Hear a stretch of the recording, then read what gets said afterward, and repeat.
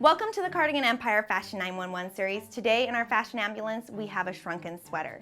And we're gonna take you through 3 easy steps to revive its shape. These techniques are tried and proven on wool, but they should work on most natural fibers, especially cotton. And you can spot stretch individual areas. We're gonna do an all over stretch here.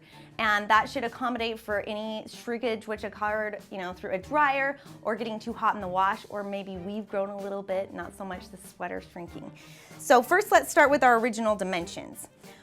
We'll go ahead and get our width, which is 15 inches. It's got 21 inches on length, and then across the arm we have 4.5 inches. And we're gonna see how much additional dimension we can get out of this sweater through this technique. Before we start, let's make sure we have all the appropriate instruments on hand. First, we have our patient, the shrunken sweater. Then we have a bowl or bucket full of lukewarm to slightly cool water. We also want to have something to act as a fabric or fiber releaser.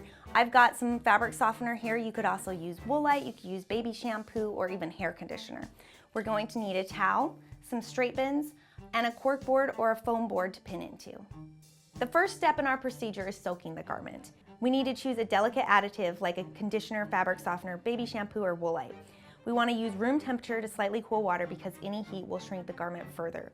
We need to wait 30 minutes because wool is actually water resistant, and the more saturated the garment is, the more relaxed the fibers will become, and we'll be able to get greater results from our stretching. The second step is to actually stretch the garment. We want to remove the garment from the water and place it on a towel, blotting slightly or rolling to remove any excess moisture. Do not wring or ball up your garment as you can damage the shape of the garment.